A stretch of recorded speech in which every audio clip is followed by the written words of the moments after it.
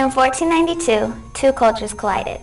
From that point forward, European and American Indian cultures would coexist, sometimes in conflict, sometimes in competition, but also quite often in cooperation.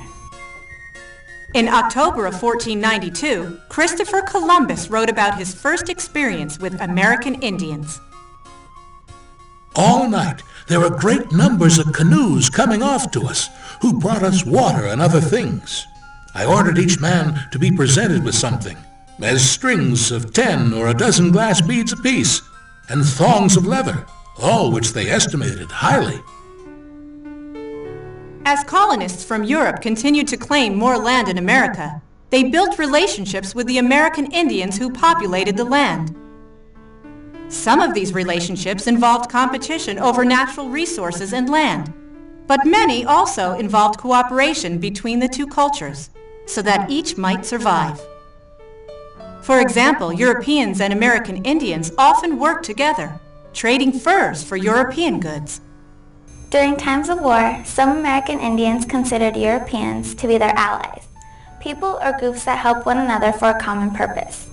And when conflicts between the groups arose, they worked out their differences and wrote treaties, written political agreements between two or more groups.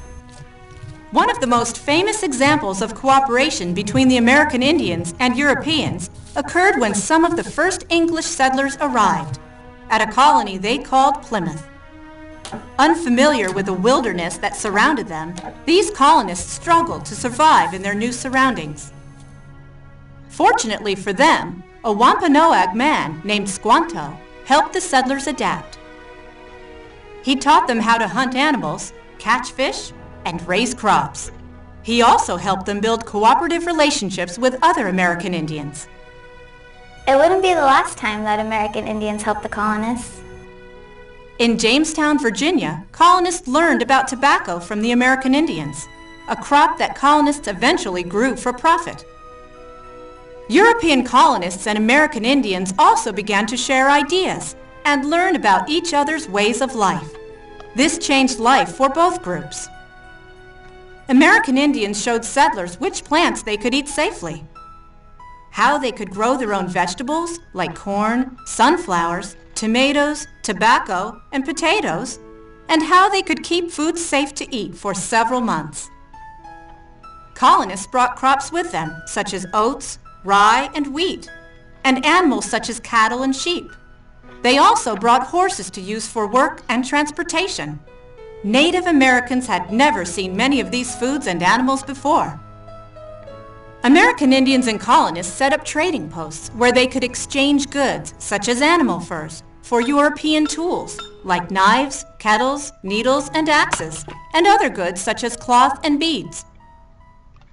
Gradually, American Indians grew accustomed to these tools and goods, which changed their lives. And Europeans experienced changes in their lives too, not only in the foods they ate, but in the words they spoke. Many American Indian words had become part of the English language, like squash, kayak, and chipmunk. The cooperation between American Indians and colonists enabled both cultures to survive together at times. And it helped to create a new culture, based on a blending of European and American Indian ways of life. This culture has become an important part of the great culture of the United States.